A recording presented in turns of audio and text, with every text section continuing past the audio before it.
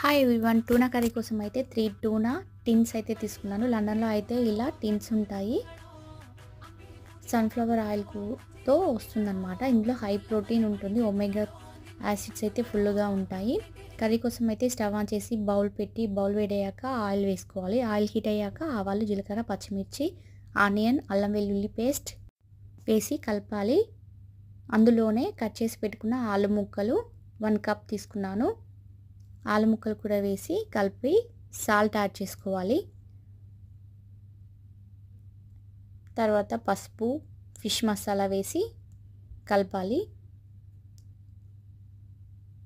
ఒక 2 మినిట్స్ అయ్యాక టూనా కూడా యాడ్ చేసి స్మాష్ చేసుకుంటూ కలపాలి.